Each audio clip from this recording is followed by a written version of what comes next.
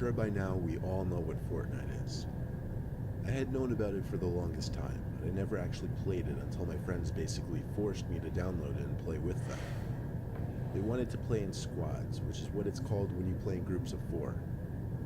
My 4 friends were Evan, Xavier, and Braxton. Evan was hands down the best player and basically the initiator of this group match. Xavier was the second best. Then there was Braxton. Braxton only spoke on his headset when he was in trouble or needed help. Evan, Xavier, and I, on the other hand, just goofed around and talked the whole time. The two of them did their best to explain how to play to me over the headset. Anyway, none of this really matters. I'll skip ahead to the important part. Evan stopped talking, and there was a good 10 seconds of silence. Then, Evan, who was leading us from one point to another, stopped dead in his tracks. His character just stood still for a while. Xavier turned on his headset, sounding annoyed, telling Evan to move. His character still just stood in place, and Evan said nothing, but according to the screen, Evan's mic was making noise. Then I could hear background noise that seemed to be coming from Evan's mic. Xavier, Braxton, and I were all telling Evan to move or we'd ditch him. But we all dropped silent when a horrific, almost painfully loud screaming came from Evan's mic. It wasn't like he was screaming into the mic, it seemed like Evan was somewhere in the background of the room. Then, a door slammed shut in the background, and the 3 of us were left not knowing what to say or do. I told the 2 of them I'd call Evan immediately, and turned off the console. I tried calling him 5 times, he never picked up though, so I decided to drive over to his house, which was 2 minutes away. I got to his house and saw no cars in the driveway, but the front door was open and the lights were on throughout the house. I let myself in, screaming Evan's name. Evan screamed back from somewhere upstairs. I followed the sound of his voice right up to the loft bedroom, where I found him hiding under the bed. He told me to hide. I told him to get out from under the bed and tell me what happened. He said there was someone in his bedroom. He would speak in very limited sentences for the longest time, until he calmed down and would finally explain in detail. As Evan was playing Fortnite with us, I felt a tap under his bed. He pulled the cloth material that covered the sides of the bed up and looked under the bed and saw a grown man hiding underneath. That's when he threw his headset on the bed and screamed as he backed into the corner. He says the man emerged from under the bed as Evan was still paralyzed in fear in the corner, screaming. Then the man walked straight out the bedroom door, and that was the last we ever saw of him. At that moment, he didn't know if the man was still in the house or not, so we called the cops, not knowing what else to do. When they showed up, we didn't know what to expect from them. 2 cops actually showed up. The male officer went inside of the house and looked around, while the female officer stayed with us outside with a small pocket notebook in her hand, writing down what Evan described to her. And just like that, the cops left.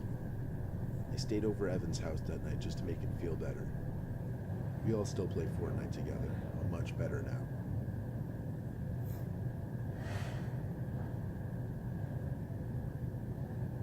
I've never been a huge Fortnite person, but all my friends have been for a while. I always feel like I'm being left out when they're saying to jump on Fortnite and such. Yeah, I've played the game a few times and I get the gist of the gameplay and whatnot. I'm just not good at the game. So one Monday night, I hopped on the game and played alone just to practice.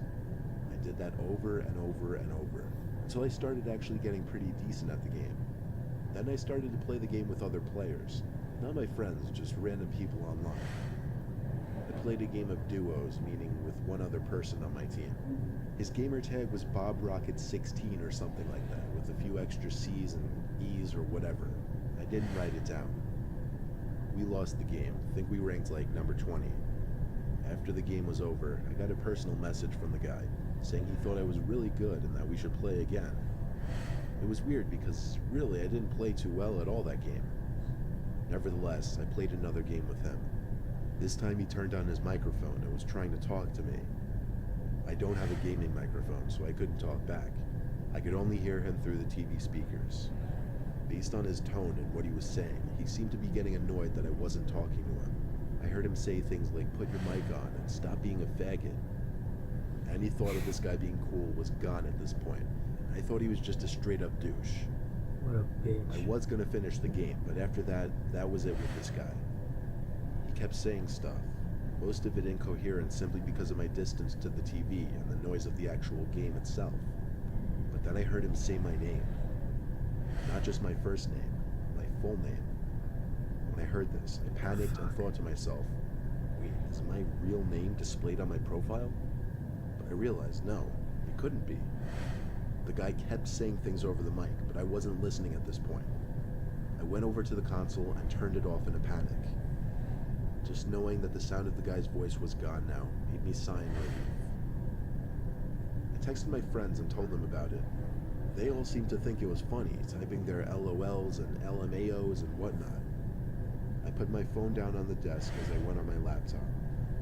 The phone vibrated again. I expected it to be one of my friends, but it was an unknown number. The message was hi, and then my full name. I typed back, "Who is this?" The typing bubbles with the 3 dots came up for the longest time. I waited anxiously to see what this person was going to say. The message was, "Is this your address?" and then my actual address. I once again typed, "Who is this?" and then I lied and typed, "No, that isn't my address." The person never responded after that. I started accusing my friends of fucking with me. They all swore they had nothing to do with it though. Low-key, I didn't believe them, but I didn't bother feeding into it. I figured if it is them, the more reaction I give, the more kicks they get out of it.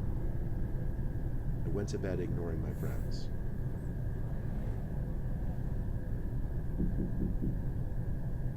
I woke up to something. Oh shit, I that's was the almost scariest positive thing I that heard a happened. noise.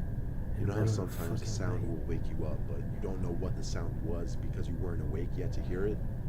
That was me at this moment. I sat up looking around my room as anyone naturally would. My whole body jerked in startlement as there was a set of knocks on my window.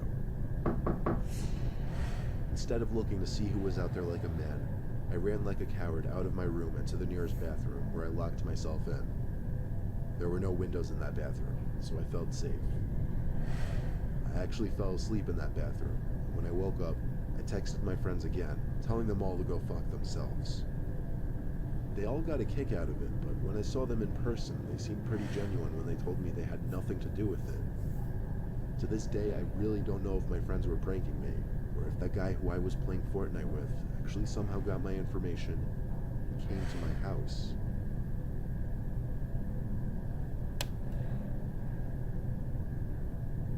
My 10-year-old son Chris had been playing that Fortnite game all day, every day for the past few months, and it had been driving me insane. I would scream at him to go out once in a while. Instead, all I heard was that sound of that bus honking its horn every 10 minutes and constant gunshots coming from his room. Eventually one night at like 9 p.m., Chris came out of his room and shouted out to the kitchen that he was having someone over. I angrily asked him who. He said, "Some guy from Fortnite who lives around here." A fuse went off in my head as I heard this. Apparently he invited over some random person he was talking to on Fortnite. When I asked him how old, Chris shrugged his shoulders and said, "I don't know, he sounds kind of old." I started to freak out, knowing some random stranger who was probably well older than my 10-year-old son was coming to my house. I locked all the doors and turned on all the porch lights. I told Chris to just keep playing his game in his room, not to talk to anyone else. I waited around by the windows until a car pulled up in front of my house. It stopped and the headlights turned off. The door opened, someone came out and started walking up the pathway to my front door. I felt like my heart dropped into my stomach when I saw some middle-aged man, probably 40, mildly overweight, step into the light and then up the stairs to the front door. He rang the bell 3 times. I ignored it. Then he started pounding on the door for a bit. I ignored that as well. He walked down the stoop, looking up through the windows as he walked down the pathway. I made sure he couldn't see me. I thought for sure he'd go to his car and leave, but he went around to the side of my house, out of sight from the windows. He was actually going to my back door. I heard from around back the door being nudged, as he clearly tried to open it. I stayed put where I was. There were no other entry points to the house, so once he gave up, he would surely leave. When the noises from the back door stopped, I waited for 5 minutes in the kitchen. until I thought it was time to check. I wanted to hopefully get a look outside, so I shut the lights and lifted the blinds in the kitchen. There was the man's face, 2 inches from the glass, as he looked into the kitchen, or rather, he now looked at me. I screamed with a shake in my yell that I was calling the cops. I think that scared him off because he walked away. I watched as he got in his car and left. I didn't call the cops though. Instead, I marched right to Chris's room and scolded him. I grounded him for 2 weeks for endangering not only the household, but himself. That meant no video games for 2 weeks, and after the 2 weeks, he would have to go 2 months without access to his wireless headset. Now that the 2 weeks are up, he's back on the game. I get sick to my stomach thinking about what would have happened if I wasn't home. Oh my god. Oh my fucking god. This is why you don't talk to random people and give them your fucking addresses.